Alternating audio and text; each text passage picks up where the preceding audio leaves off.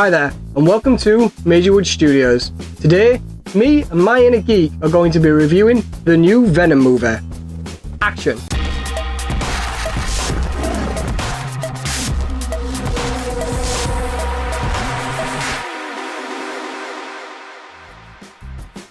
Okay, I know we're a little bit late to the party, and I promise that the next ones will be in a more timely fashion, but it is what it is. So we're going to do a few reviews on this channel.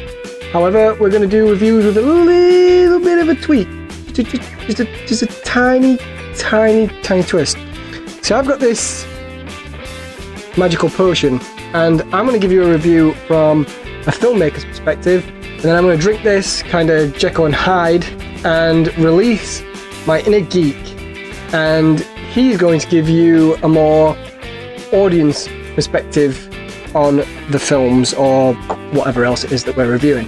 So, without further ado, let's jump straight into it. Before I start, let me just say that I really did enjoy this film, and some of the things that I say may sound a little bit negative. However, if you are planning on seeing it and you haven't seen it yet, I would strongly recommend that you do. It is a good film. I didn't feel cheated when I came out. I felt that it was worth the money. However, yeah, it does have its flaws. And I think the main flaw is within its script itself.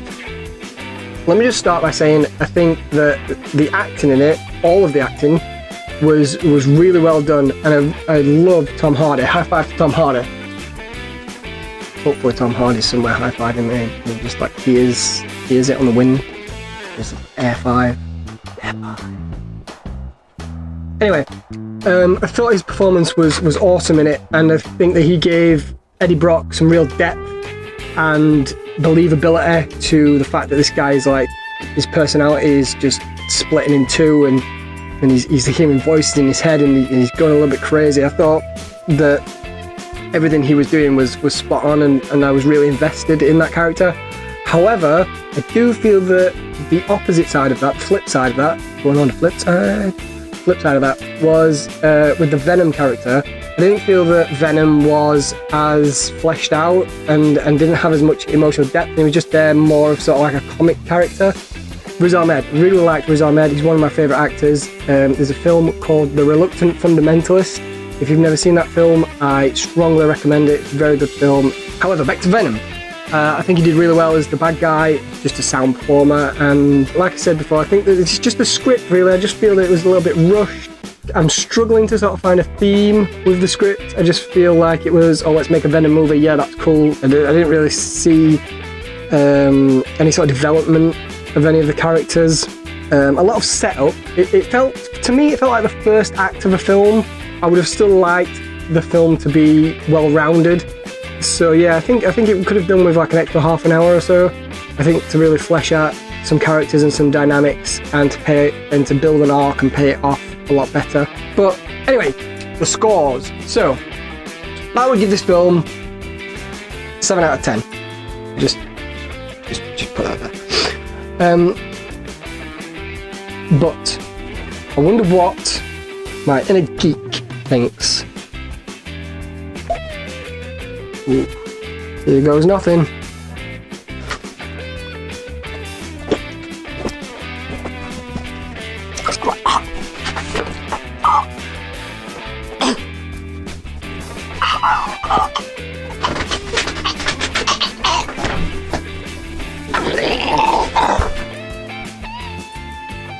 Oh, God.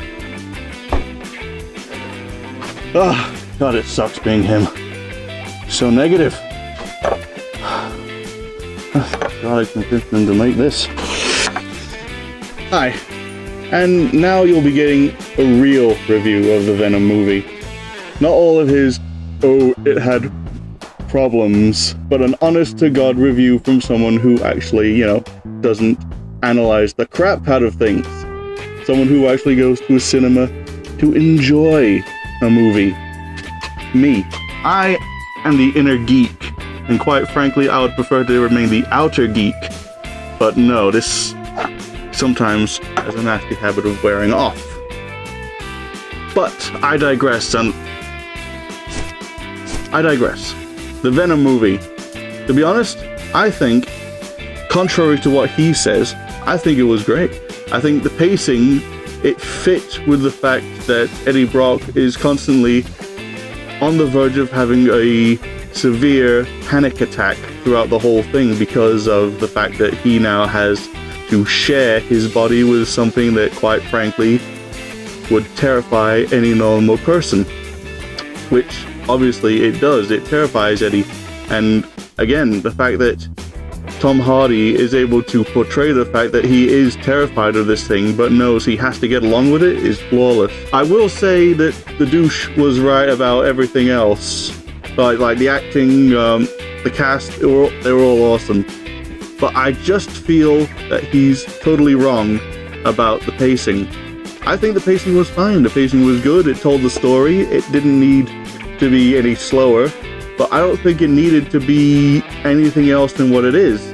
And as for the whole Venom character not being deep enough, you see me doing quotations there, I think what it's doing is it's setting up for the next Venom film where we will get much more exposure on Venom's backstory, because we got a little bit of it from the movie where he explained that he was kind of a loser. And Riot, ooh, oh, he is just so freaking cool, though, the blades and all that, with all the blades and the swacky. And now, as for scoring, he gave it, what did he give it? A 7 out of 10? That's just insulting. Personally, I would give it a 9 out of 10. The only reason I don't give it a 10 out of 10 is because I feel the movie could have been longer. That's it. Well, that just about wraps up this review, the real review. Hey, you forgot to tell them to like and subscribe. Fine. Like and subscribe. Like and subscribe. Like and subscribe. Like and subscribe. Like and subscribe. I'm the InnerGeek. Embrace your own. Dude. What? Hey, can I get my body back? No.